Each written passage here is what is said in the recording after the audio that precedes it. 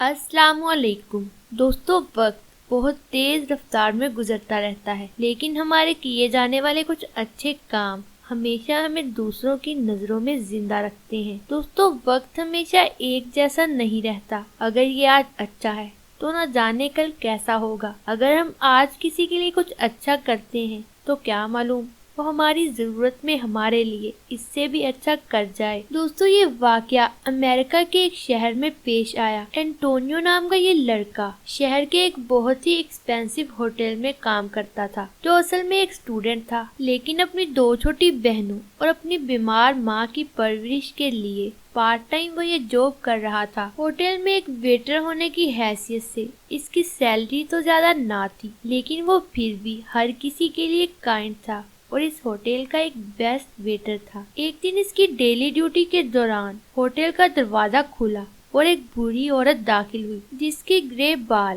ایک سکارف سے ڈھانپے ہوئے تھے اور اس کی حالت کافی خستہ اور نازک تھی۔ اس کے کپڑے مٹی سے بھرے ہوئے تھے۔ دوستو، یہ ایکسپینسو ہوٹل چونکہ امیر لوگوں کے آنے جانے کی جگہ تھی، اس لیے ادھر موجود لوگوں نے اس کی یہ حالت دیکھ کر اسے ناپسند کیا اور اس بات کو اپنی توہین سمجھ کر وہاں سے اٹھنا شروع ہو گئے۔ وہ عورت لڑکھڑاتی ہوئی ایک ٹیبل تک پہنچی اور اس نے آتے ہی اس لڑکے سے کچھ کھانے کی ڈیمانڈ کی اور بتایا کہ اس نے صبح سے کچھ بھی نہیں کھایا اور وہ کافی بھوکی تھی۔ اتنے میں پینٹ کوٹ میں ملبوس ایک شخص وہاں آیا اور لوگوں کی ناراضگی کو دیکھتے ہوئے اس نے اس عورت کو یہاں سے غصے سے باہر نکالا اور اسے گھسیٹتے ہوئے سخت سردی میں ٹھنڈے روڈ پر جا کر پھینک دیا۔ وہ لاچار عورت حسرت سے ہوٹل کے گلاس ڈورز کو دیکھتی رہی، جہاں اندر کا موسم وارم تھا۔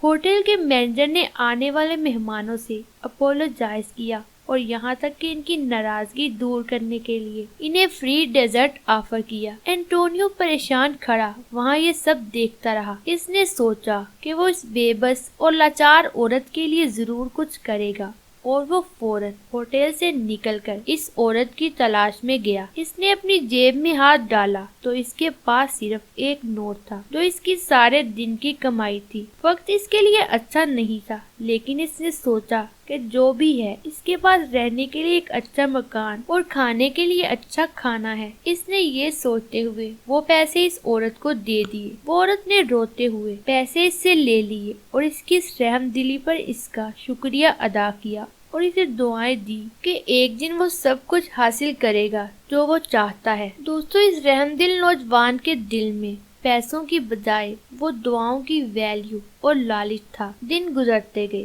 اور وہ نوجوان اپنی ضروریات کے لیے اس ریسٹورینٹ میں ایک کائنڈ ویٹر کے طور پر کام کرتا رہا۔ ایک دن دروازہ کھلا اور ہوٹل میں ایک بورڈ لیڈی انٹر ہوئی، جو حلیے سے ایک امیر عورت معلوم ہوتی تھی۔ وہ ہوٹل کے سب سے بیسٹ اور ایکسپینسو ٹیبل پر بیٹھ گئی اور ہوٹل مینیجر کو بلانے کی ڈیمانڈ کی۔ اس کے حلیے کو دیکھ کر ایک امپورٹنٹ گیسٹ کا اندازہ لگاتے ہوئے اس نے اس کی خوب آؤ بھگت کی اور اسے ہر حال میں خوش کرنے کی کوشش کی۔ اس نے اینٹونیو کو مخاطب کیا اور اس سے کہا کہ ان کی ہر ضرورت کا خیال کیا جائے، اور پھر اسے انتہائی ادب سے مینیو دے دیا اور اسے ہوٹل کی بیسٹ ڈشز کے متعلق ایکسپلین کرنا شروع کر دیا۔ لیکن اس عورت نے جواب دیا کہ جناب، آپ اتنے بیسٹ ہیں کہ میں آپ کے ساتھ ڈیل ہی نہیں کر سکتی۔ مینیجر نے اس جواب کا مطلب دریافت کیا تو اس نے اسے اس کے ساتھ کیے جانے والے بیہیویئر کے متعلق بتایا اور بتایا کہ وہ اصل میں یہ ہے۔ لیکن اس دن اس کے ساتھ چوری کی ایک واردات پیش آئی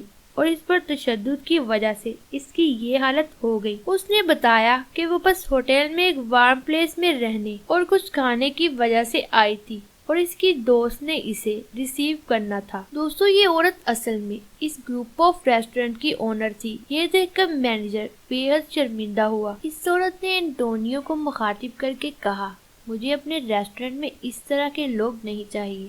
اس نے اس ہوٹل کا مینیجر اینٹونیو کو بنا دیا۔ دوستو، یہ واقعہ حقیقی ہے بھی یا نہیں، لیکن بات اس سبق کی ہے جو ہمیں اس سے حاصل ہوتا ہے۔ وہ نوجوان لڑکا اپنے ایک اچھے کام کی وجہ سے اتنا کچھ حاصل کر گیا۔ اگر ہم امیر ہیں یا ہمارے پاس رہنے کے لیے اچھا گھر ہے تو اس کا یہ مطلب ہرگز نہیں ہے کہ ہم دوسروں کو حقارت کی نظر سے دیکھنے لگیں۔ آپ نے اس واقعے سے کیا سبق حاصل کیا؟ ہمیں کمنٹ میں اپنی قیمتی رائے کا اظہار کر کے شکریہ کا موقع ضرور دیجیے گا۔ ایسی ہی امیزنگ اور فیشنیٹنگ ویڈیوز دیکھنے کے لیے دیکھتے رہیے وٹس وٹ۔ آج کے لیے اتنا ہی، اگلی ویڈیو تک کے لیے اللہ حافظ۔